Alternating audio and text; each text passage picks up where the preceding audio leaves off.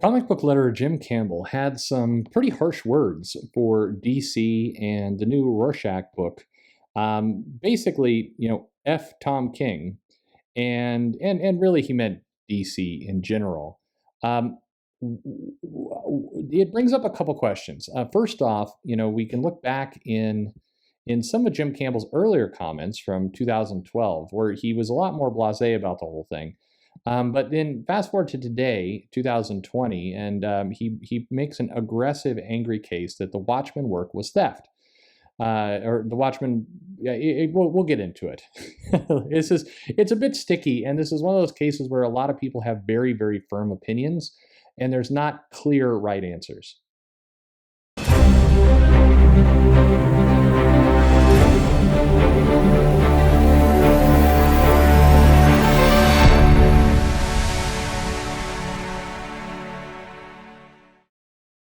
Hey everybody, this is Perch.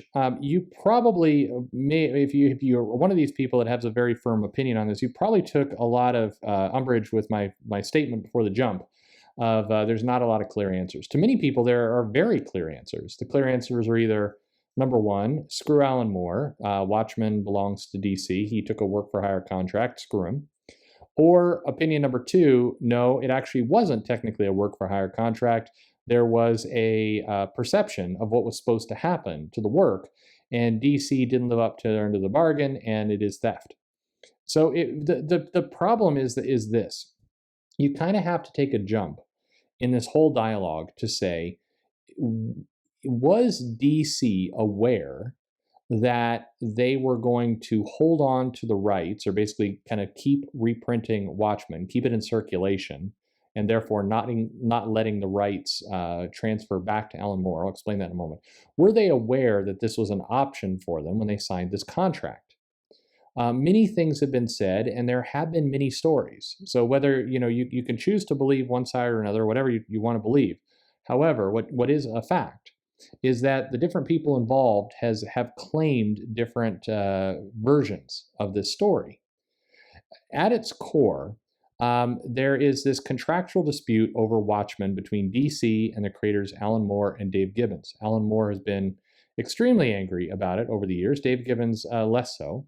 And in general, people have weighed in at various times during the year. The basic idea is that when the comic stopped being reprinted, when the work went out of print, the rights were meant to revert to Moore and Gibbons per contract. That much is true.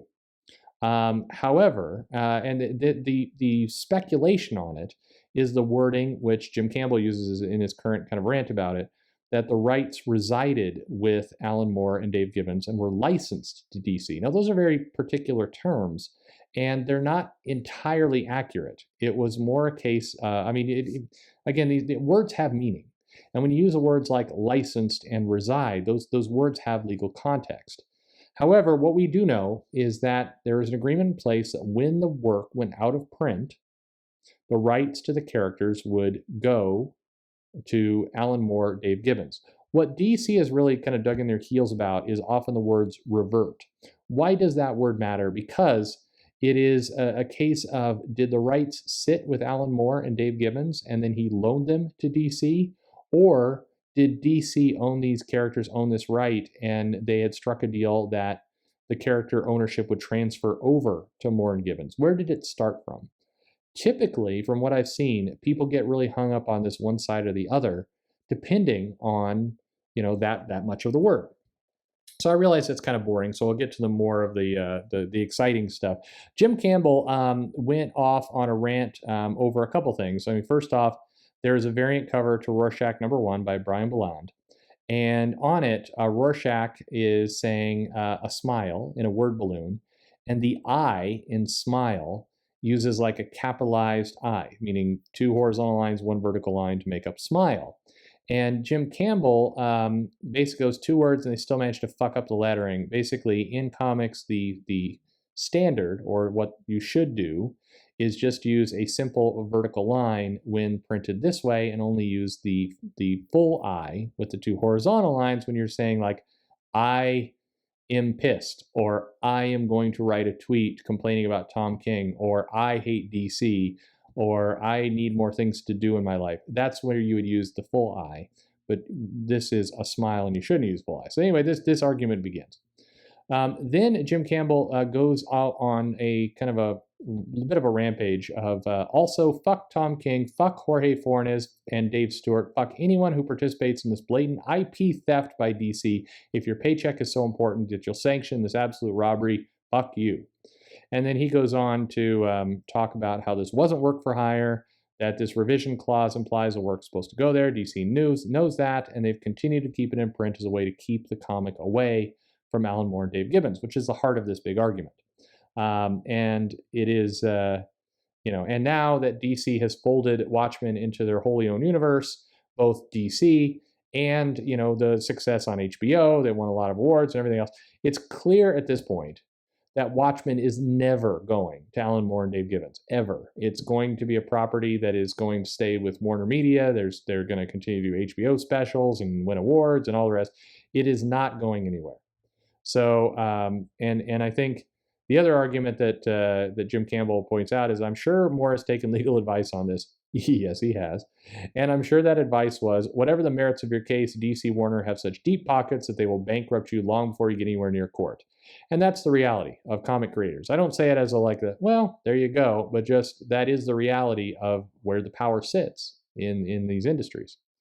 I think the only strength that anyone has in all this is what Jim Campbell mentions at the end, saying, but if other creators didn't line up to help massive corporations fuck over other creators, well, that would be nice, wouldn't it? That's true. As long as there's somebody willing to make a comic out of this, this is going to continue. Tom King knows about creator rights. He's made statements in the past. We're going to get to some old statements about Jim Campbell, which contradicts what he says. But, Tom King as well has talked about the need for creative rights. I think Tom King has even made statements to the effect that, Alan Moore is kind of screwed over. And so by, doing this book, like Tom King or hate Tom King, it is, what always bothers me as a person, I think if you've listened to this channel for any length of time, this is kind of my bar. I'm not saying it's everybody's, but it's mine. And it's, you can't, don't say one thing and then do the other. Be consistent. Even if the consistent, place you're at is horrid, still, be consistent. It's one thing you have in life. So I don't like it when people say one thing and then do the opposite. And, and I try not to do it myself. It's easy to do. I've been guilty of it many times, and I always vow to do better and then try and do better when I do. But it is true that a lot of these things would be solved in comics if the creators kind of, looked out for each other more. But generally speaking, it's a rat race of get any project you can. Now, here's the interesting part. So back in 2012, on his blog, still up, you can look at Jim Campbell writes about this and says, honestly, I don't see the fuss over DC's Watchmen prequels. Alan Moore signed a work-for-hire contract, so DC are free to do with the property as they see fit. Now, I think it is a fair comment to note a certain amount of barrel scraping creatively, given that DC has already managed to spin a major crossover event out of a 6-page Green Lantern story Moore wrote nearly 30 years ago. And he goes, I say this as somebody who has boundless admiration for his work and deep personal affection for the man himself, meaning Moore, having met him a couple times. But I find Moore's stance on copyright perplexing and bordering on the hypocritical. Just once, instead of slagging off, say, 2000 AD, I'd like him to say that he appreciates the fact that Steve McManus gave him a platform from which he went on to be arguably the most successful comic writer in the world, instead of winding up in prison due to being the world's most inept drug dealer. It's weird to see, 8 years ago, this commentary, which kind of goes into detail, talking about how Alan Moore is wrong, how his position is baffling. The sentence, frankly, it baffles me, and I wish Alan would just shut the hell up about it, since this one frustrating illogical position he insists on banging on about is starting to color my opinion of a man whose writing generally changed my life. Okay.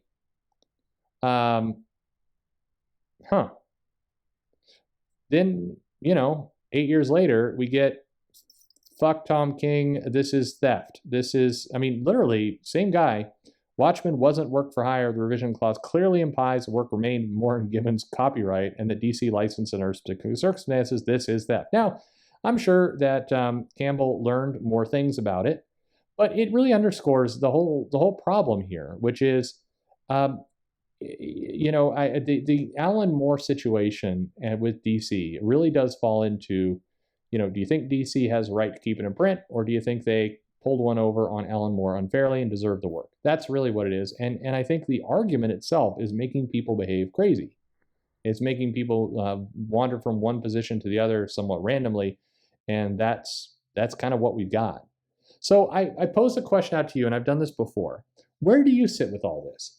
Do you think that, on two different questions? One, do you think Alan Moore was cheated? And Dave Gibbons, do you think the two of them were cheated by DC intentionally or unintentionally?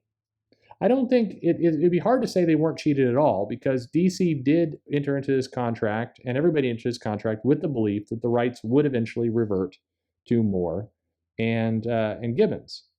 However, the comic got very popular, and clearly it stayed popular, and so therefore, what's DC going to do? Not follow the money? That's one way to look at it. The other way to look at it is, DC got Alan Moore to do something and enter this contract that Alan Moore never would have entered into if the cards were on the table. I guess the question is, did DC have those cards at the time? And I guess the other question is, hey, since it did get surprise popular, and technically DC is in their rights, does DC owe Alan Moore something? Like, would one way to solve this be somebody go over to Alan Moore's house and say, yeah, well, we're within our rights, contractually do what we're doing. However, you were promised something you didn't get. Here's a giant, bucket of money. I mean, that would be one solution. Maybe not the one Alan Moore wants, but that would be one idea. And then second, like, what do you make of this with, does Tom King have an obligation not to do this comic? Because in theory, he's screwing over other creators. I mean, I guess it is nice that, Tom King has a new drama here that isn't related to, his feelings on Asian people. That's I'm joking. Just his controversies live on forever. But what do you think? Leave a comment below. Let me know your thoughts, your feedback, your criticisms, where you stand on it. And then, hey, like, dislike, subscribe, shout at me. As I posted somewhere else, I don't want people going at each other and being assholes to other commenters. If you want to do it to me, I still don't like it, but I'll let you do it. But don't go off on other people. That's all I ask. Like, subscribe, all that kind of stuff. Follow me on social media. Send me an email. Most importantly, though, thanks for listening.